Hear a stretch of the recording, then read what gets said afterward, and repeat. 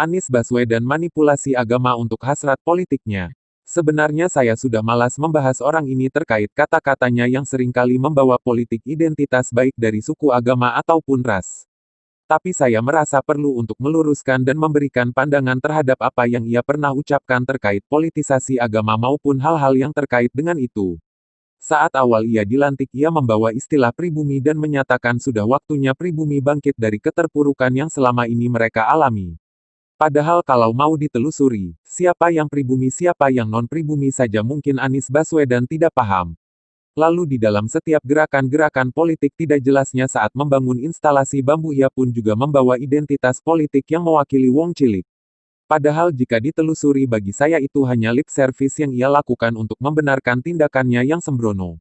Setelah bambu tersebut lapuk dan siap dibuang, ia pun juga menggantikan dengan instalasi yang disebut gabion. Instalasi tersebut adalah semacam batu yang ditumpuk-tumpuk seperti sampah dan diikat dengan kawat penahan. Apa yang menjadi dasarnya dalam melakukan hal itu? Sebenarnya kalau mau ditelusuri lebih jauh, ia hanya ingin menghabiskan anggaran. Lalu juga di dalam melanjutkan kebijakan gubernur sebelumnya dalam melakukan reklamasi ia pun tidak konsisten. Saat kampanye dia menolak reklamasi karena menurutnya reklamasi hanya dibangun untuk orang-orang kaya maupun taipan-taipan yang sudah sukses. Ia pun lagi-lagi membawa Wong Cilik di dalam penolakannya terhadap reklamasi. Tapi di dalam kepemimpinannya saat ini ia dengan diam-diam pun melakukan reklamasi di pesisir Ancol, yang sebelumnya segala bentuk reklamasi yang pernah tolak. Lantas saat ditanya apa yang menjadi alasan Pemprov DKI Jakarta di dalam melakukan reklamasi di daerah pesisir Ancol. Lagi-lagi tidak ada jawaban jelas, dan semuanya hanyalah jawaban klise yang juga membawa-bawa agama.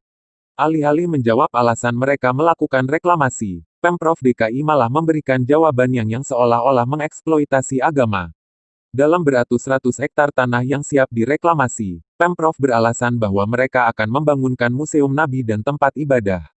Hal ini pun memberikan respon yang begitu negatif bahkan dari orang-orang yang pernah memiliki yang sebelumnya. Reklamasi kok dikait-kaitkan dengan agama, memangnya mau berapa ratus hektar rumah ibadat dan museum nabi itu dibangun di atas ratusan hektar reklamasi di Ancol. Kalaupun ada museum dan tempat ibadah, itu pun hanya sebagai pelengkap atau make-up untuk menutup boroknya proses reklamasi yang ternyata diam-diam secara sepihak ia minta 5%. Jodoh 5% itu diam-diam ia minta bahkan tanpa sepengetahuan DPRD DKI Jakarta. Artinya dia adalah orang yang bisa dikatakan tidak melakukan tugasnya sesuai dengan koridor, yakni berkonsultasi ataupun membicarakannya dulu kepada pihak legislatif yang mewakili rakyat DKI Jakarta. Ia menyembunyikan hal ini dengan kulit baju bernama agama. Dan saya yakin kecerdasan keluarga itu meningkat karena mereka mulai tidak percaya dengan apa yang dikerjakan ataupun yang dikatakan oleh si manipulator agama ini. Lagi pula masih banyak urusan di Jakarta yang perlu diperhatikan ketimbang memain-mainkan agama. Masih ada ibu-ibu yang memprotes PPDB yang begitu parah pelaksanaannya di DKI Jakarta. Dan Anies Baswedan diam terhadap hal ini. Tidak ada follow-up yang baik dari pemerintah provinsi dalam pelaksanaan PPDB yang begitu runyam dan semrawut di DKI Jakarta. Bahkan ia lewat tangan kanannya mempersalahkan kebijakan Kementerian Pendidikan. Memang sih menteri kita khususnya dalam Menteri Pendidikan ini tidak terlalu jago dalam mengatur sistem. Akan tetapi sebagai dinas pendidikan yang secara langsung melihat dan melaksanakan program PPDB ini bisa lebih proaktif bukan? Kembali ke manipulator agama, saya menyayangkan sikap yang dilakukan oleh Anies Baswedan terkait reklamasi yang begitu tidak konsisten. Kalau dia konsisten, dia akan mendukung penuh reklamasi sejak kampanye. Tapi memang betul apa yang dikatakan oleh Ahok bahwa kekuasaan itu semakin besar akan semakin menunjukkan watak asli pengampu kekuasaan itu. Ahok mengatakan kalimat yang diucapkan oleh Abraham Lincoln.